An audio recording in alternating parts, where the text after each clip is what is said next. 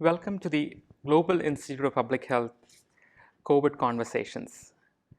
The COVID-19 pandemic continues to exponentially spread in India.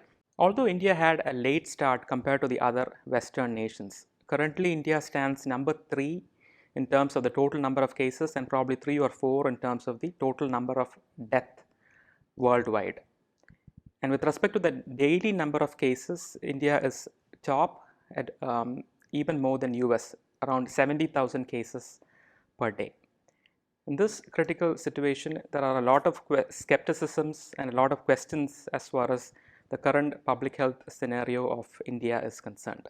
To address some of these questions for us, we have with us today Dr. S.S. Lal, who is an international public health expert, and currently he is the professor and head of public health at the Global Institute of Public Health. Welcome, sir. Sir, as you know, India is the second most populous country after China, and in terms of population density, it is top up there, right? And given the numbers which I was just talking about, it almost looks like India could be the next hotspot or even the worst hit country as far as the COVID-19 pandemic is concerned. What do you think? As things look like, there is a very possibility that India will be the worst hit country. So it's not for COVID alone. When it comes to infectious diseases, India is a fertile land for any infectious disease. If you take the case of TB, tuberculosis, 10 million cases are there every year. So globally, there are, in Indian terms, 1 crore TB cases every year. 27% is in India, 27 lakh TB cases every year in India, like that. So this is a different kind of epidemic, but because of different reasons, like you pointed out, our population, density of population, lack of awareness about disease or health awareness among different kinds of populations, behavior, people living together in smaller villages and slums, different reasons are there. So because of all these reasons, and of course we are not a rich country. We are growing richer, but at the moment we are a poor country. At least 20-25% of the people are really poor. So all these contribute to this situation, and unfortunately we may become the worst hit country in terms of COVID. Let's come to the case of Kerala. Kerala, in fact, as you know, was the first state in India to ever have reported the first 3 cases, student returnees from Wuhan. And following which, I think Kerala did a tremendous job, because after the 3 cases, a little bit after a while, there was a second wave of cases which was almost crushed. The whole pandemic curve was crushed down to the bottom towards the end of May. And then unfortunately, the third wave is currently ongoing, and unfortunately, day by day, the cases are going up and up and up. So just like anywhere else in the country, is just a natural progression of things in Kerala, because when the second wave was brought down, Kerala was deemed as the role model in terms of public health control of this COVID pandemic is concerned worldwide, and we had praises coming from the West and UK and all that.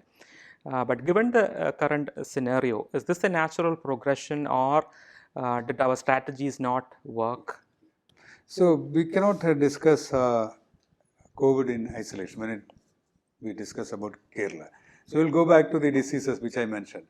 See, TB, India is the highest burden country, but compared to national statistics or compared to other states of India, TB is much less in Kerala. HIV is mostly in South India, but Kerala is out of that picture. So which means we are much ahead of other states, and even our life expectancy is comparable with the US, not with the country. So our health system is much ahead of any other state. So we have very good doctors, hospitals, whether it is public or private. We have good healthcare workers. So that's a given situation. So that will reflect in any disease. So that will reflect in COVID also. But what happened initially, we had only 3 cases, because of course, compared to other states, we will say that now we have a lot of people living outside state. But these people are mostly in the US, UK, some of the European countries, and mostly in the Gulf countries. Not many people are there in China or many other countries. So that is one thing. That's why we could trace just 3 students coming from Wuhan.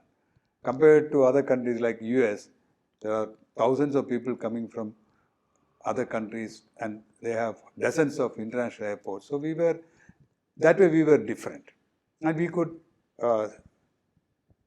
track all the cases that came here.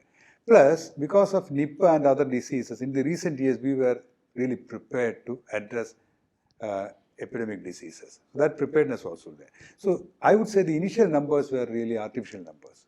And plus, because India was not in the first initial phase. Of course, as we know, China, Western European countries, US, these were the countries that were affected. So we got some time. For preparation, we could have used that time. And of course, we did a good job, both country as well as all states. Given the situation, given the restraints or constraints that we have, we did a good job. But what went wrong, especially, maybe we'll be coming to that also. I would say Kerala did a good job, especially in terms of how the health system reacted to the disease or how we took care of the patients. And when it comes to government also, generally they did a good job. That would have happened irrespective of the party or minister or whatever. Because Kerala is good, people are educated, so our ministers are also good usually. The same health minister or chief minister, if they are sent to another state, they cannot do a better job just because of the minister or government. I would definitely give credit to the government and minister. But at the same time, the health system is good. People are good. We have complaints about people going out without wearing masks, but that's a minority. Generally, people are listening to the messages given by the government.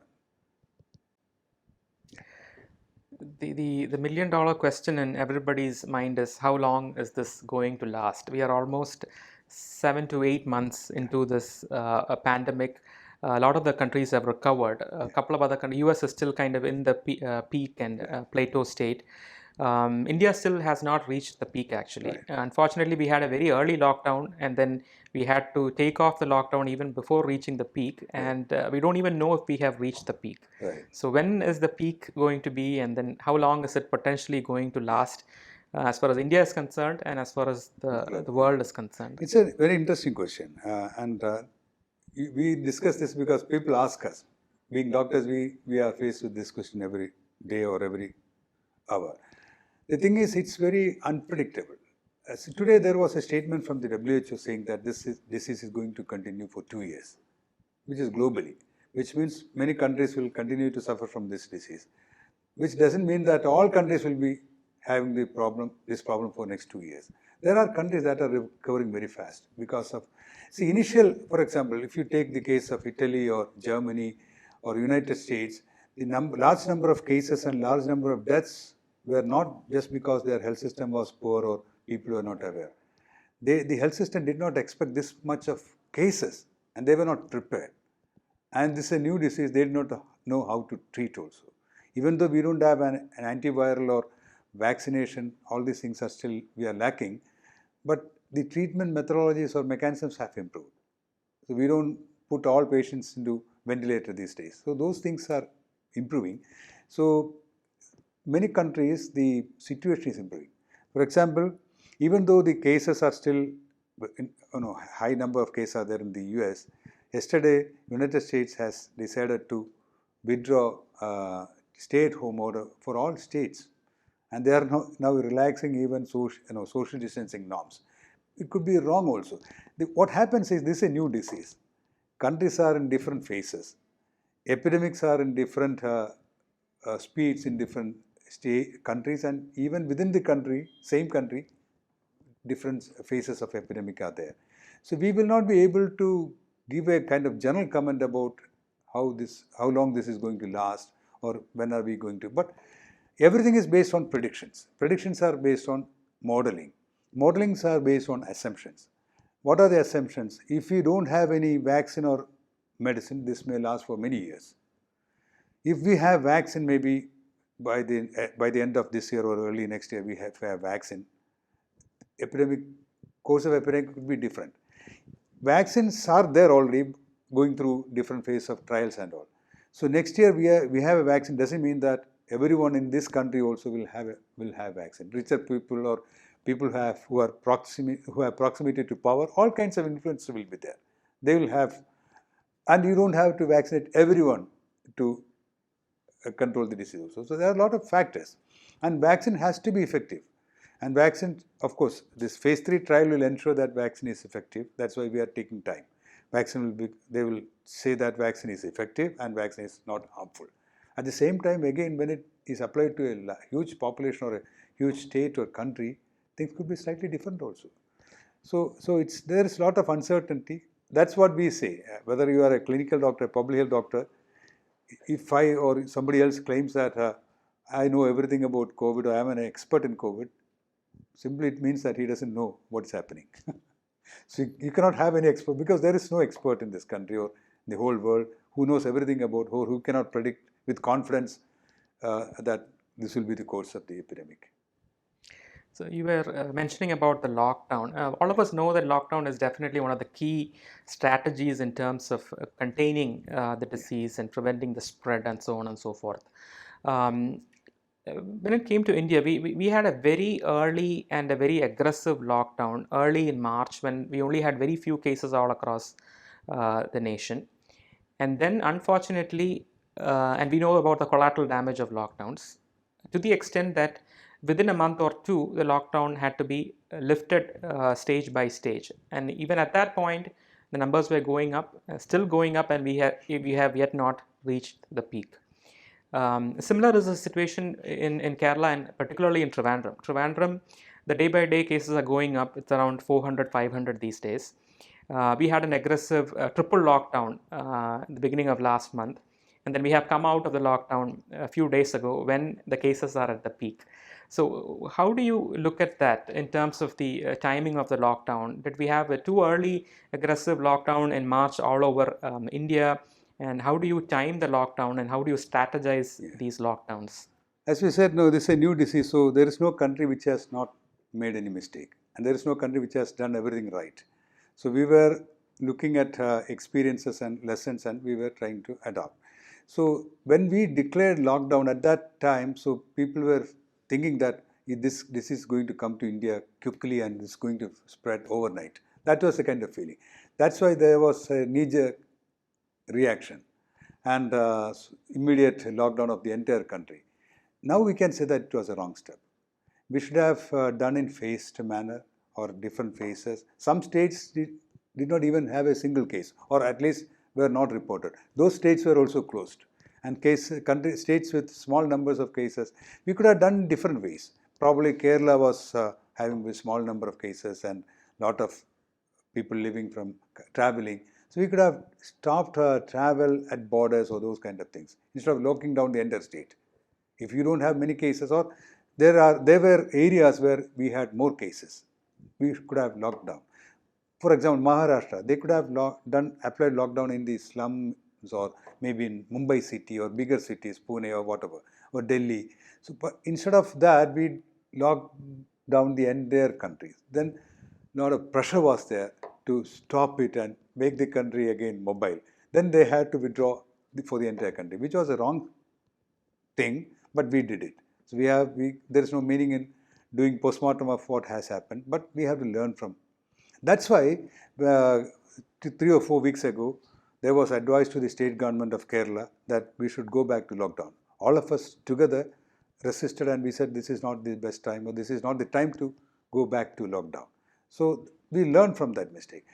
One thing that every government should be doing is that they should be listening to scientific world also. So if decisions are only political, people are going to suffer. Political decisions have to be there.